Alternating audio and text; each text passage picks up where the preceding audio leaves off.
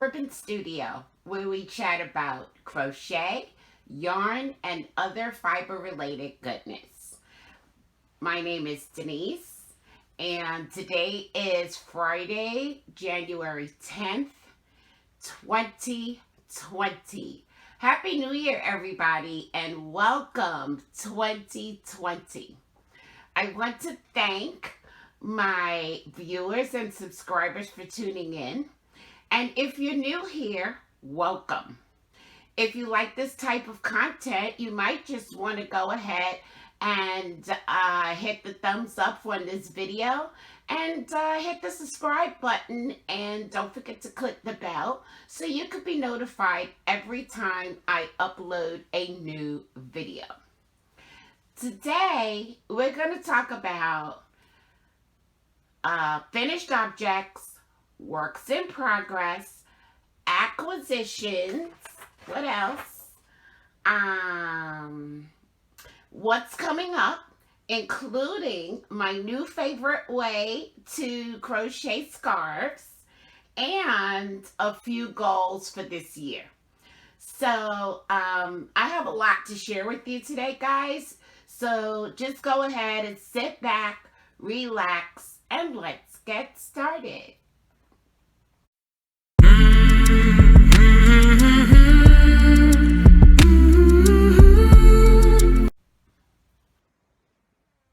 I have not uploaded a video in a couple of weeks.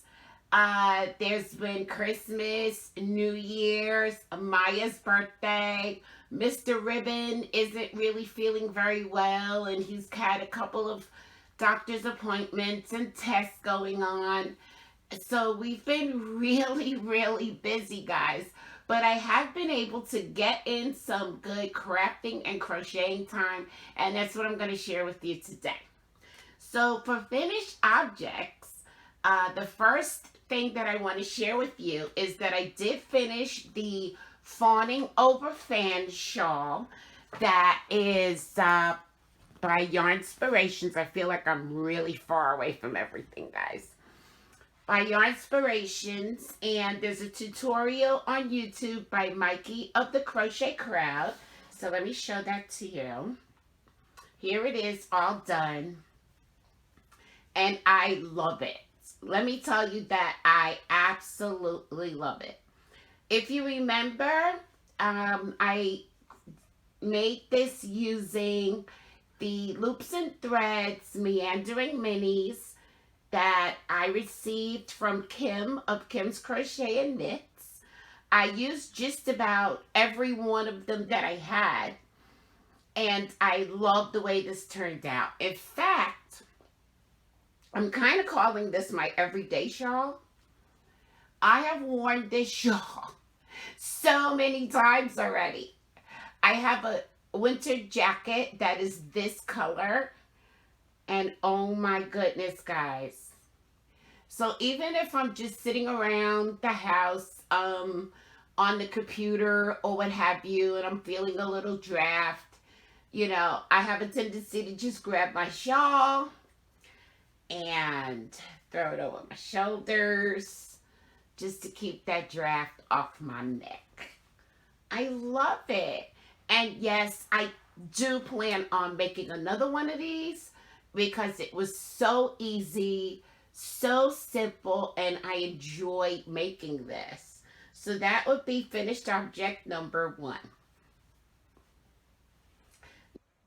For finished object number 2, it's actually something I cannot show you because it is the 2020 challenge scarf. My scarf is complete. The 2020 challenge was started by Krista of The Secret Yarnery, where she was calling for the use of ice yarns. And then Glinda at Creative Grandma added on to it and said that we could use whatever yarn that we liked. So I wound up using some Cameron Simply Soft. Is that what it's called? Which I don't normally use that yarn a lot And a lot of you do know that it has a tendency to be really splitty. That is what happened to me. But I persevered because I absolutely love the pattern that I found for this scarf. Now, it is the way that you crochet the scarf would be from side to side, the horizontal way, as opposed to the vertical way, where you just have to keep flipping it like 100 times. And I so prefer making scarves this way, guys.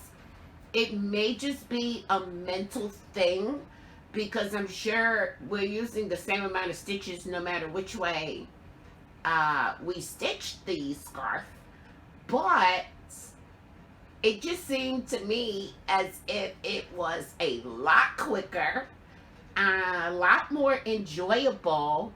And so I can now see a lot more scarves in my future, because I think that from now on, when I do make a scarf, I'm going to be crocheting it the vertical, no, the horizontal way.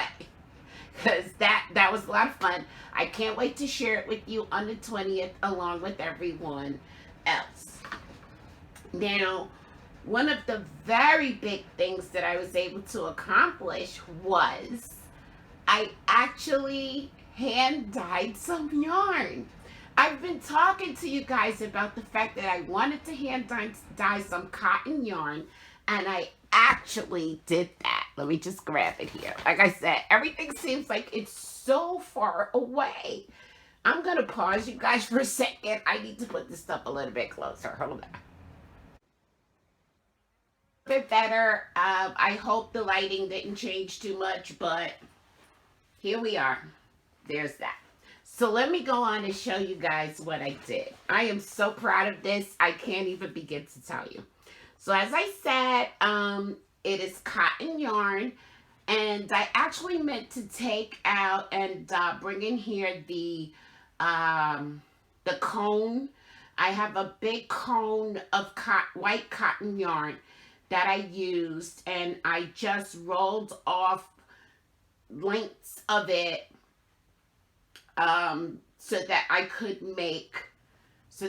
dye the yarn. Now, the purpose for me dyeing this yarn is because I have a particular project, a specific project in mind that I want to make, and I want to make coasters, okay? But there's specific kind of coaster that I just came up with, and I needed a particular color for which, no matter, I searched high, I searched low, I could not find the color that I wanted in this kitchen cotton type of yarn to make the coasters with. So I said, well, I'm just going to have to dye some. So I'm going to show you the colors up close, and hopefully they don't get too blown out by my light that I have right here, although I can move that. Here you go. Here you go, guys. These are the 4 hanks that I dyed.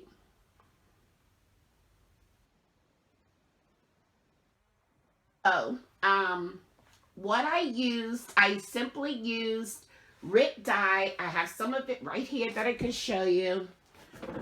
I just used the regular liquid Rd dye. And there's that in the bottle.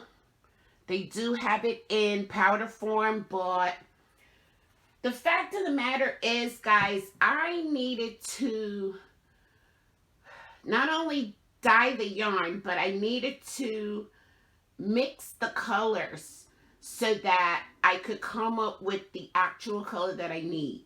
Now, if you're interested in dyeing cotton yarn, I absolutely recommend using Rd. I'm not affiliated with them in any way. I just love the results that I got. And if you go onto their site, which I believe is just Rd.com, they have a wealth of information on the site about using their products to dye whatever you want. They have formulas. They have several charts of the various shades that you may want to create, and they give you the formula for that. So I thought that was great. And so that's what I went with. Now, I'm going to show you these colors once again, because I think I'm so in love with them. I'm so proud of myself that I was able to achieve this. Up on some improvement and some more, what do you call it? Practice with my hanking skills, but I'm okay with it the way it is too. So it turns out that for my project, I am going to be using these two hanks. This is the color. This is the color that I was after. This is the color that I wanted.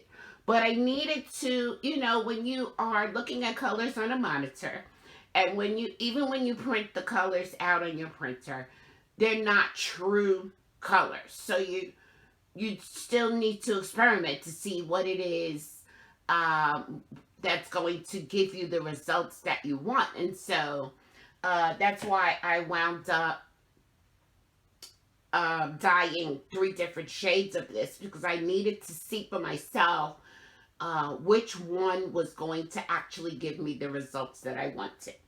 And so, as I said, I'm going to be using these 2 hanks for my project to make my coasters. And it turns out that this was the very first hank that I dyed. So, yeah, I could have stopped there if I knew.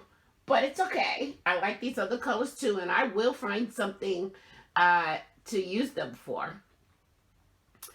And it's because this was the first hank that I dyed, the trouble that I had, the only trouble that I had, was that for some reason I couldn't wrap my head around using the, let me pull it out, what do you call this? Give me a second, guys. The fixative. This is a very important part of using this RIT dye to dye your yarn. This fixative is very important, okay? And so at first I couldn't kind of wrap my head around how I was supposed to do it. And so when I rinsed this hank, it was a really long process because it just kept bleeding and bleeding and bleeding. So what I did was, once I figured it out for the next couple of hanks, I was like, okay. So I let everything dry, and then once they were dry, I went back and redid the fixative for this one. And I'm telling you guys, it really reduces the amount of bleed that you're going to get in your project. So I'm really happy with this. I'm going to be making coasters. Stay tuned so you can see what it is that I have come up with for this. I am so very pleased. I'm so very proud. And if anyone is interested in perhaps me going through the steps with you on camera of how to dye the yarn with the RIT dye, leave me a comment down below and I will see if I can make that happen for you. Now, the coasters are, of course, a work in progress. Although I haven't started actually crocheting the coasters, I have my yarn ready, so I'm considering that a whip. And I'm still working on that C2C crochet along with One Virtuous Woman. I'm going to show you my progress on that. And while I'm doing that, I want to once again thank everyone that sent me stitch markers. Let me tell you how having multiple stitch markers is improving my life. Thank you so much, guys. Because now, excuse my ends, it's worse on the back. This is the front. Now I can show you that this is where I was the last time I showed you my progress, and I've been able to get this much more done.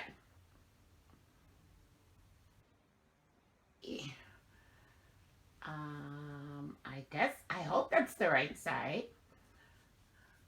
of my heartthrob blanket. Guys, this has been an enormous challenge for me. I believe we're supposed to be finishing this blanket up this weekend tomorrow. And there are some people in the group, of course, who have already finished theirs. You see, I was able to attach the third color. I was really happy and proud that I was up to that point. So, it's a challenge, guys. And when I look at the amount of ends that I need to weave in, it makes me sad. It makes me sad. So, I am committed. I'm committed to this blanket. I don't know. I'm going to try. I'm going to try to keep going. So, I did want to just share the progress of that with you. And I will be working on this some more, probably all day tomorrow, and see how far I'm going to get on that. Now, what else do I have in progress? Now, I've decided, because I told you I was going to share a few goals with you as we go along through the podcast. I've decided that since I mainly, my main focus is blankets, and sometimes they're really slow going, and sometimes life gets in the way, you don't make very much progress at all. I've decided that I am not going to continue to show you repeatedly the same work in progress, especially if it's a blanket, and especially if I have not made a lot of progress on it. I'll probably give you a little update, but I am getting bored with showing you, okay, I did a row, and I don't want you guys to get bored of that either. So I'm gonna try that, and we'll see how that goes. Now I'm gonna move on now to acquisitions. Let's just say I spent way too much money this month. I'm broke as can be, but I'm happy. The first thing I want to show you is this project bag that I bought. And it is the Mickey Fab 5. Just a little shopping tote, but I absolutely love it. And what I love even more is that I bought this at Target for $1. Yes, right up my alley. So that's going to be my little project bag. And right now I have my cotton yarn in here. I also purchased a couple of storage boxes. I did go to Michael's, guys. I went to Michael's. I didn't buy any yarn, but they had these storage boxes on sale for $1.99, and I absolutely love them. I think they are originally supposed to be photo boxes, but I like to contain all of the little bits and pieces that one accumulates when one is a crafter. I don't like my little bits and pieces to sort of be floating around all over the place. As you can see, I haven't opened the boxes yet, so I haven't begun to organize any of that stuff yet, but it's coming. And so I did want to talk to you just for a moment about my yarn stash. As I said, I went to Michael's, and I absolutely didn't buy any yarn. And quite frankly, guys, I didn't even go look at the yarn, because I keep saying that I don't need any more yarn because I don't have any room for it. And that's true. That is so true. So, I am not, by any stretch of the imagination, saying that I'm on a yarn ban. No, I am not. I'm not on a yarn ban. But I am only buying what I absolutely love and must have, at least until I get some more room in my closet behind me. I'm thinking that, gee, I don't think I have a lot of solid yarn, but it's okay. I'm not going to run out right now and get a bunch of solid yarn to make up for it. I'm going to just continue to crochet and use up what I have in my stash, unless I see something that's absolutely beautiful that I absolutely have to have. And so consequently, I haven't been watching a lot of yarn hauls, but every now and then someone will introduce a yarn that just bowls me over.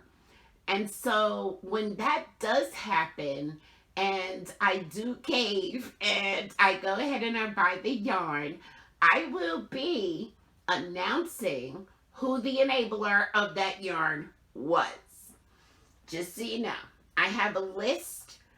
My shopping cart at Hobby Lobby is full of yarn, okay? And so I just know at some point I'm going to go ahead and push that button. And so be it. So be it.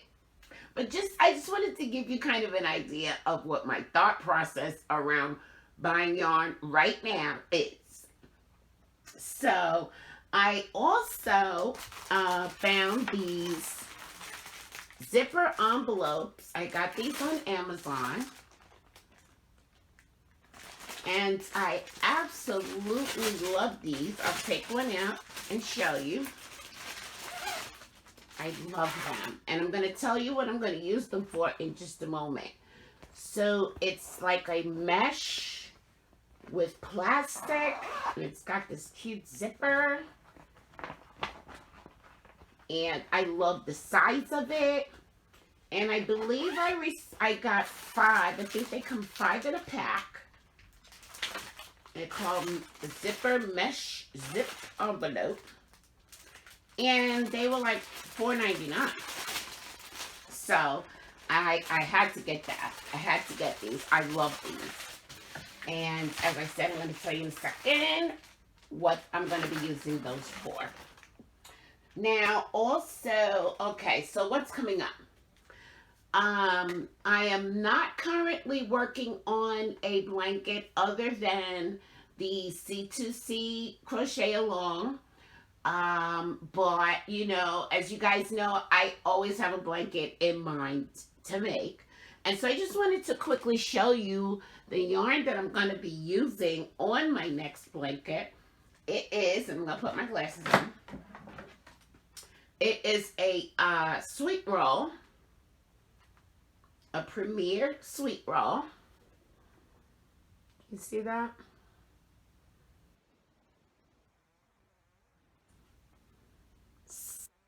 So cute. And of course, this will be sort of a unisex type thing with the beautiful yellows and greens and whites. And this is 100% acrylic, 245 yards. And I think I have 6 of these. And I may be using all 6 in the next blanket that I'm going to be making. So I wanted to share that with you, so you can see what's coming up. I probably won't, I'm pretty sure that I won't start on this blanket until I have completed the coaster project that I spoke about. Okay, let's see what else we have coming up. Oh, I want to mention the 2020 subscriber challenge that Kim Goff of Classy Kim's Crochet has put out. And what she's asking us to do is to ask you, the viewers, to post in the comments what your shop is, what your Instagram is, what your Facebook store is. We want to patronize you guys. So you guys know all about us and what we do, and all of my information is listed in the description box below. But you may be a viewer and I may not know that you have a Facebook page. I may not know that you have a YouTube channel. I may not know that you have an Etsy shop. So I want you to go ahead and feel free to post that information in the comments below. This way other people can see your shop as well. And what I find works best is if you go ahead and copy and paste the link, because people have a tendency to really just want to click on the link to go where they're going. But I wanted to go ahead and expand upon that for my own self and tell you guys that I really do want to do a few more giveaways this year, because I want to show my appreciation.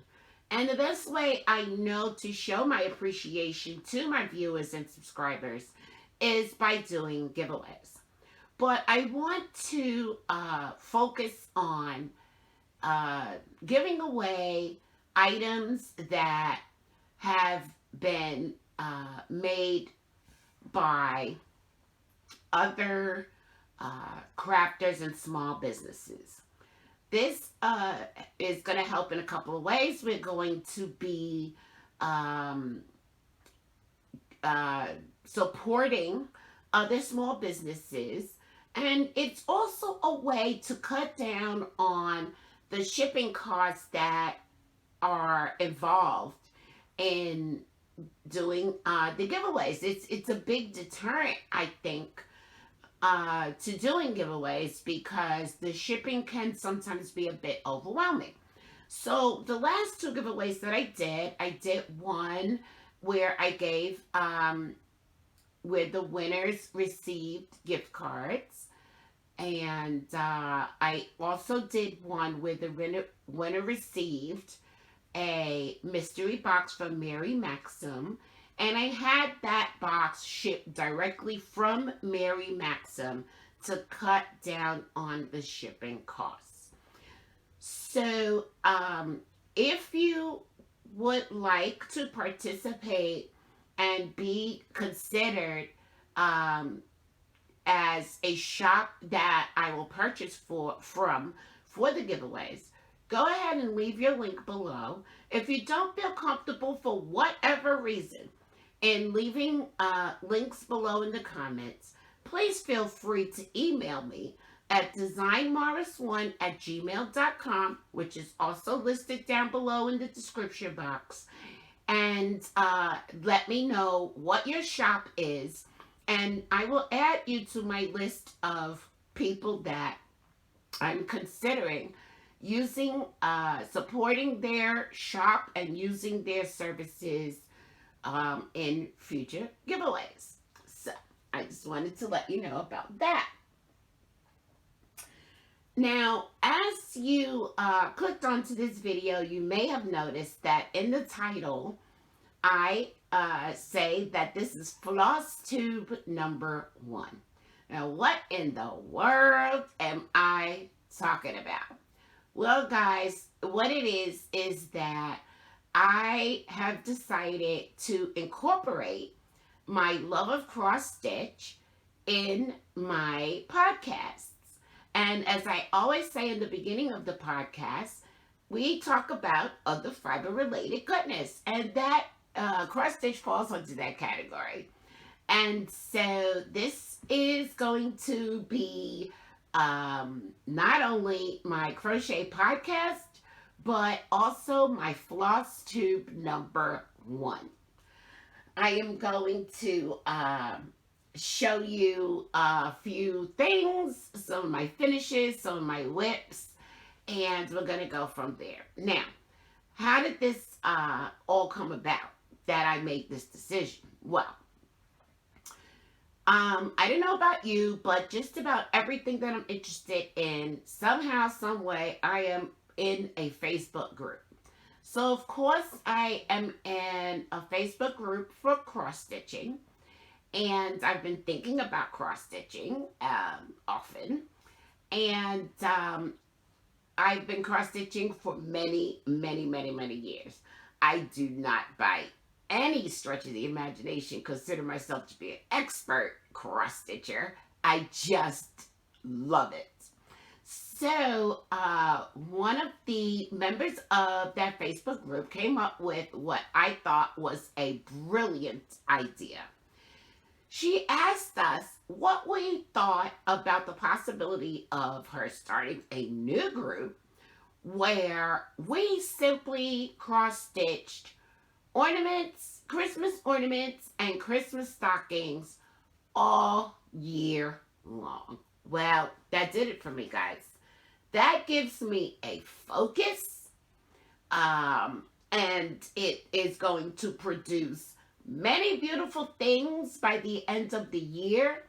I absolutely love this idea, and I am so happy to be a part of this group. And I will link the group below if you're interested. And I just want to show you, for example, I did show this on a previous video where I designed and made this Notions pouch a couple of years ago. And it is inspired by Mary Engelbright, who is an artist whose work I've been following for many, many, many years. And this was inspired by her. And it says, Cause Happiness. Okay. I thoroughly enjoyed making that. And so this is what's keeping my juices flowing. So I just wanted to show you a couple of other things that I've made over the years. The majority of things that I have made over the years have been sold or gifted. Very few things do I still have for myself. Now, I absolutely love making refrigerator magnets, and here's one. I made a whole series of these with the letters of the alphabet so people can use them. A lot of people got them for their children's first initial. And so I just wanted to share that. And then I also made, for Halloween, I made these cute little witch hats, which are also refrigerator magnets.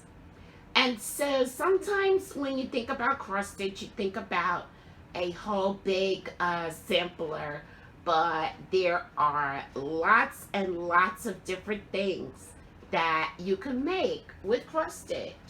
And so that's what keeps me kind of intrigued. Now, just to show you a couple of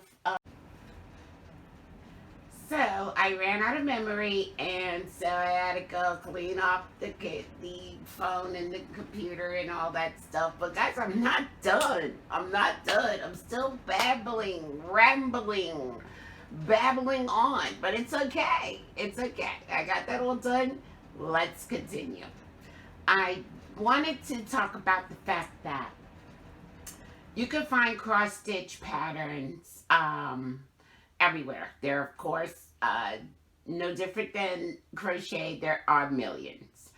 A lot of people really enjoy buying a kit, a cross stitch kit, which gives you your pattern, your floss, and all of your instructions all in one package. And so I'm going to just show you briefly what the cross stitch pattern looks like. And they're very similar to patterns that we even use with graph gands and crochet. I personally prefer, I don't prefer patterns.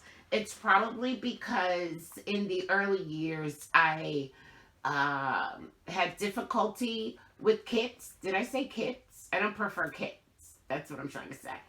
I had difficulty with the kits because I had a difficulty separating the colors. I may revisit that again one day, but as it stands right now, I prefer to just go from the pattern, or my favorite thing to do is to find a good book of patterns to use and then source my floss. And in case you've never seen it before, it's just embroidery floss like this that you use. Guys, I noticed that my hands are so dry. Please forgive me for that. Not much else I could do about that. I've put lotion on like 17 times already today. But please forgive me if it looks unsightly to you. So anyway, I like getting my patterns either singular or in a book and going to collect my floss. And so it always reminds me of a meme that comes across Facebook every now and then that states that I am convinced that crafting and collecting crafting supplies are two completely different hobbies. And I am convinced. I'm convinced. So here is